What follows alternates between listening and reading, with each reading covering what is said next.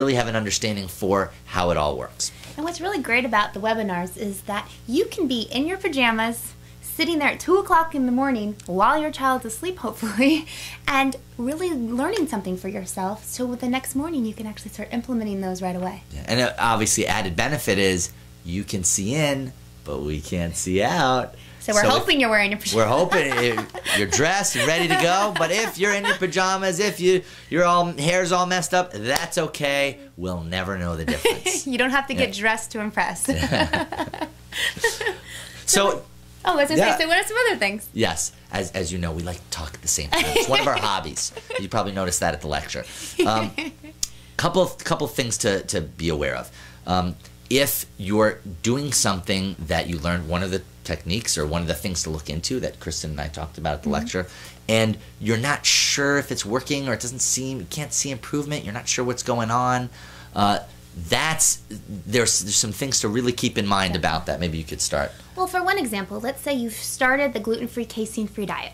And you're saying, I haven't seen anything. It's just been, he or she looks exactly the same. My child hasn't changed in any way.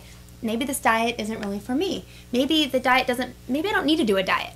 The one thing I would say to not make that decision so quickly. The reason I say that is because Jackson, as you know, my son, if you were at the lecture, you know who I'm talking about. Jackson, when I first did the gluten-free, casein-free diet with him, I didn't see a lot of change. So I had to go to another level. I had to go to the specific carbohydrate diet because sometimes there's certain foods that you don't realize are actually triggering certain things in our children. So don't give up if you see one thing not working. Don't be afraid. Don't be afraid. I'm Don't telling be you, afraid. whatever you do, do not be afraid. Don't be Don't be afraid. a fried potato. Don't be a fried egg. None of it. So don't be afraid to try something different because sometimes that's the way to figure out what's really going to work with your child and be helpful and beneficial to your child. Yeah, absolutely. One way to think about that too is think about this. It's like saying, I took out cyanide, but I left the arsenic in, and why aren't things improving? Right? So if something's triggering something with your child and you take out stuff that isn't the issue that's triggering the reaction from your child, then there's still more to do. Absolutely. Obviously. And by the way, on the other side of that question, if you're endeavoring to utilize some of the Sunrise Program principles, I told you about the different things you can view on the website, but that's also what we're here for, to help you with. So you can call us, you can talk to us. If you have not gotten your call yet with one of our family counselors that we talked about in the lectures, now is the time to do that.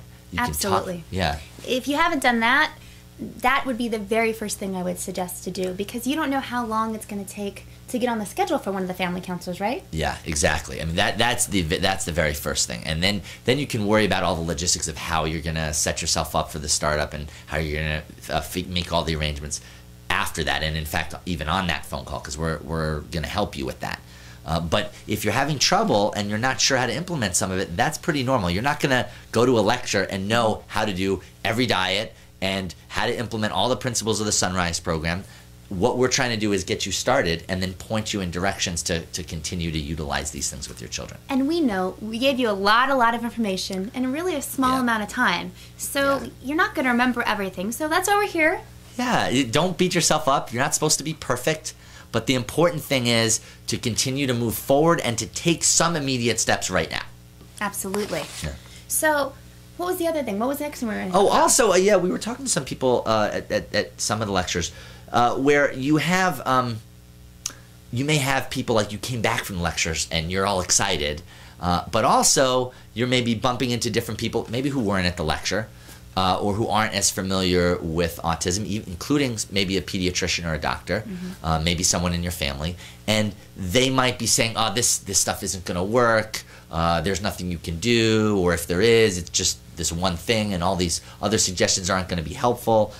So there's something to think about there in terms of what to do. Yeah. Well, I can tell you from my point of view as a parent, what I found really helpful was because I experienced that same thing. I mean, I would go home and everybody would say, there's no hope. Why are you working with this kid? Wow, you're a saint because look what you're doing. That kind of thing. And all it did was really just get me down. It didn't motivate me in any way. It didn't inspire me in any way. So what I started to do was I really started to surround myself with people and friends who really believed in my child, really believed in what I was doing to help him, and really just kept me motivated and kept me in that, like, the right direction in a sense. And the other thing I did, and I did this, and I actually still do this, just so you know, I go into Google. I just happen to, like, love Google. I think the best thing that has happened for us is Google. What did we do before Google? I don't even know.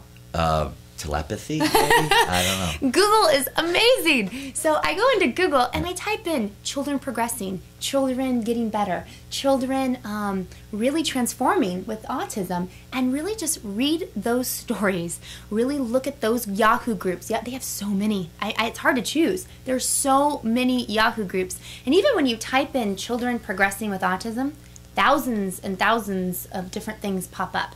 So I'm really excited.